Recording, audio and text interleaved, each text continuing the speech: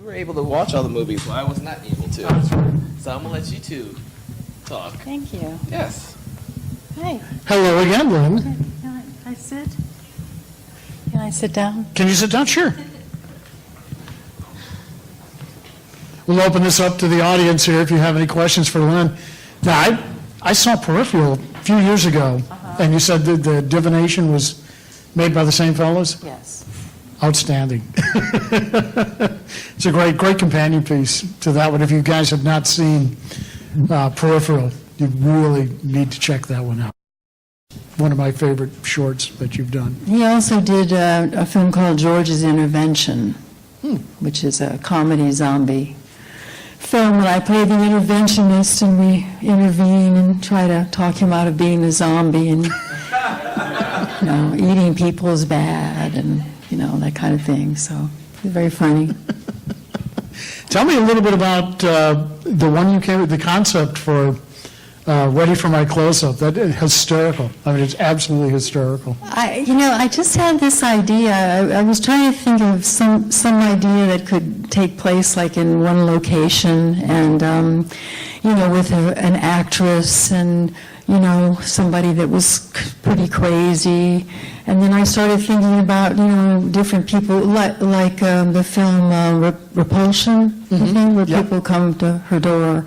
And I thought, who could come to the door? And actually, my idea was not that it was going to be this much of a farce, but Michael Haberfelder, who wrote it, when I gave him the idea, that's how he saw it. So he wrote it in that almost slapstick kind of way, but it was great fun to do for sure. It reminded me a little bit of an old Vincent Price film. It was done in a similar vein, and I just blanked on the name. Theater of Blood, where he was a Shakespearean actor and he was killing off all the critics. Right. But it was so horrific that they used the slapstick to sort of take the intensity away, which I think was done very well on this one. Yeah, thank you. Which one was your favorite out of the three? Have you got a favorite, or are you? I like Ready for My Close-Up, just because it gave me the opportunity to play, 4 different people, and, that's great to have that, to get to experience that kind of variety and, and have that kind of fun with it, and, I think that's my favorite. I could almost see that one being turned into a stage play. Yeah. I really could see a play that way. Well, I shouldn't be talking here. You guys have got questions, so let's open it up. Anything you'd like to ask Lynn? Now's your chance. Oh, there's a hand there. Okay. Go ahead. Ready for My Close-Up seems like the dream, right? You wrote kind of the perfect role for your skills or yourself. How do you pitch that or sell that to other people? Well, the problem with short films is that it's difficult to. I think that would be difficult to make that into a feature film, because I think it almost is too long as it is. You just can't keep having delivery men, come to the house. Although they have written a prequel to it, so we're going to do a prequel which deals with the first nurse that was put into the car. She's actually my personal assistant, and she's going to be killing people in the next one.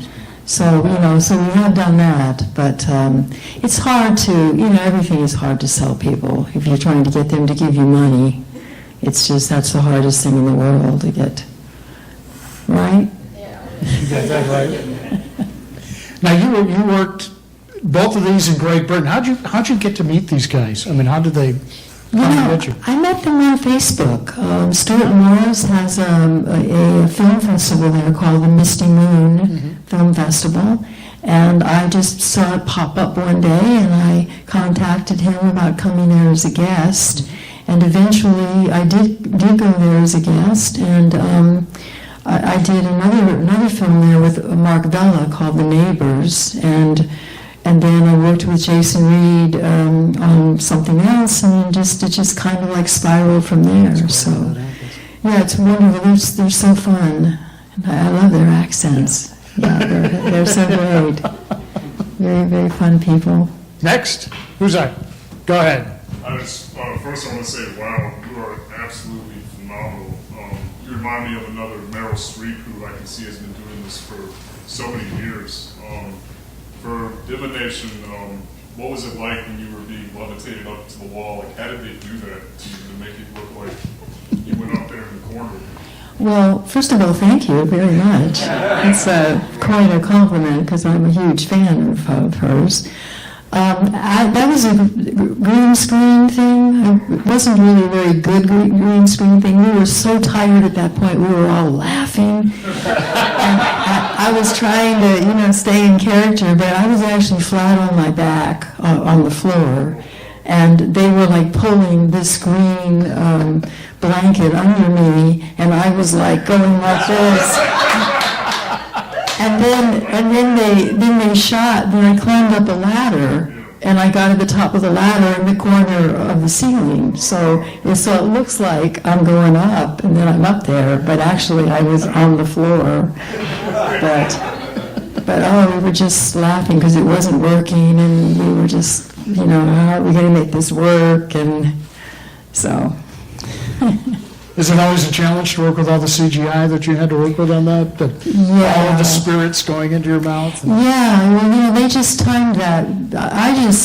They just told me to act like the things were coming in, and so I just did my thing, and then they timed the things coming into my mouth. Actually, one of those shadows was actually me coming into my mouth. So I know that didn't sound right, but you know what I mean, though. So. You got to think about things in your mouth. I get just like shades of shivers. Yes. Next. I was just going to say, I thought the CGI work on that last one was just incredible. It was. They just phenomenally just blew that away. And I just want to give that compliment. I know that wasn't your part of it. Yeah, I had nothing to do with that song, Well, I have to give credit where credit is due. Right? Yeah, no, You exhibited your talents just tremendously in that. It was very phenomenal. Thank you. Thank you. Hi. Hi. Great. I really enjoyed that. Thank you. You did this variation to the characters, which was, but you were in each of them. But I see the Meryl Streep connection. This variation. From the earlier films that you did when you first started to like even the newer stuff, what's the biggest change in like the horror movies other than the CGI? Is there anything else like a culture change or? Yeah, there is definitely a culture change because in the 70s, because everything was hands-on, you couldn't do it in post, because there was no post. So you had to, they had to have the hand, which actually was bigger than my head. That hand was. And they had me wired with a cord that went down my arm up into the hand so that it would bleed, But the difference is that there was something about those films in the 70s that there was more passion, there was more gritty, people were more involved somehow. I mean, the example that I use often is that I was in a remake of The Crazies, and The Crazies was a $21 million film. And the people, it's a good film. I mean, it's entertaining. But in 40 years, you're not going to remember that film, but you're still going to remember George Romero's film.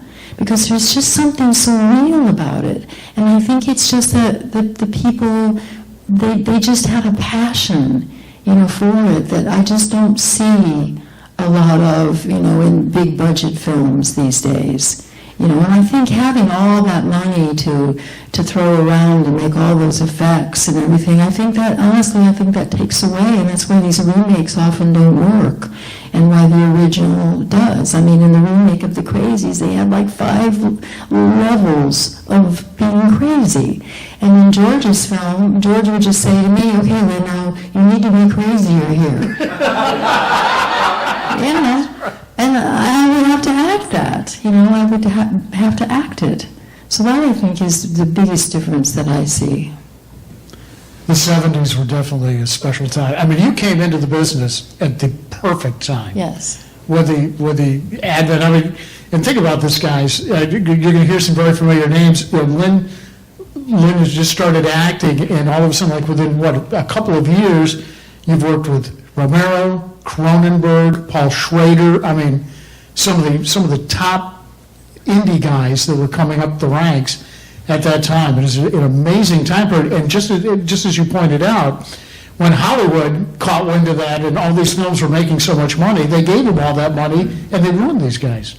You know, once they got all the money, they didn't make the kind of films they made. I mean, really, there's a lot of folks younger in this house who probably weren't even born when some of these movies were made, but to go back and see some of these classic 70 films, these are the ones that influenced me to not just be an actor, but to be a filmmaker, because of what these guys were doing. So very, very fortunate to have a chance to cross paths with so many greats back then. It's amazing. Yes, I was very, very fortunate. I also got to work with Jonathan Demme, who won the Academy Award for Silence of the Lambs. So that was, and I got to co-star with Peter Fonda in that, so that was a lot of fun. I have a question. So how is it that you got into the genre of horror, and would you credit your longevity for sustaining in this particular style in the business? You know, it was really just absolute luck. I was studying to be, I wanted to be a Broadway actor. I wanted to do, you know, the classics. I was studying Shakespeare and, you know, Ibsen and Chekhov, you know, and all those great, you know, playwrights. And I just got in this movie, I Drink Your Blood. And, you know, where I play a mute hippie on acid with rabies, you know, which was far, far away from Shakespeare. And then I just went on another audition. We used to have a paper called Backstage that came out every Thursday, and they would have a listing of all these non-union films. And that's how I got I Drink Your Blood, and that's how I got The Crazies. And then after that, I think a couple of people saw me, and they'd heard of those films, and then I got Shivers, and as far as the longevity, it's only because of those films in the 70s that I'm able to work and do all these, you know, wonderful projects that I do now, which is amazing to me because honestly, I didn't think anyone would ever see those films. You know, when we made them, I thought they were really trashy. You know, I thought, oh my God, no one's ever going to see I Drink Your Blood. And, you know, when they've all come out, and now, of course, I see that they are, you know, really classic horror films. But that is really the reason that I'm here today. Well, they were game changers. I mean, I Drink Your Blood and all of the stuff Romero was doing, they totally changed the industry. Right, but back then, we didn't know that. No. You know, Well, some of us did. Some of us ate that stuff up. I mean, you know, I'm just getting ready to, I was just getting ready to go to college when I Drink Your Blood came out. We lived for films like that because they played the drive-in circuit. Yeah. And you know, that's the only place you could catch them. It was great times. Any more questions? Now's your chance. Do you prefer playing campier roles or more serious roles? You know, I like both. I mean, one of my favorite roles is in Model Hunger, which I play a schizophrenic Southern Belle serial killer cannibal, and she's very funny, but she's really crazy and really, really nasty. And so I love that combination of being able to be truly emotionally in pain and all that, and then be funny too. That's my favorite kind of role. But I like all of it. I mean, I love doing comedy. it's all just a lot of fun.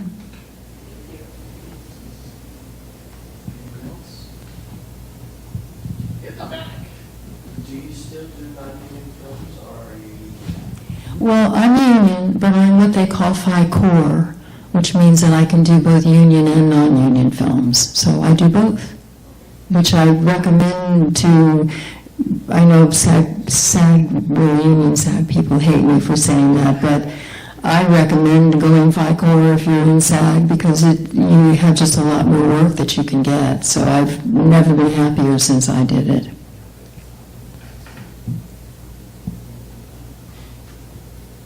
Anyone else? And of course, Lynn and Sonia are going to be doing a panel together Sunday? Tomorrow. Or is it tomorrow? It may be tomorrow. Yeah. Check your schedules. I don't even know. Thank you so much for coming. Thank you.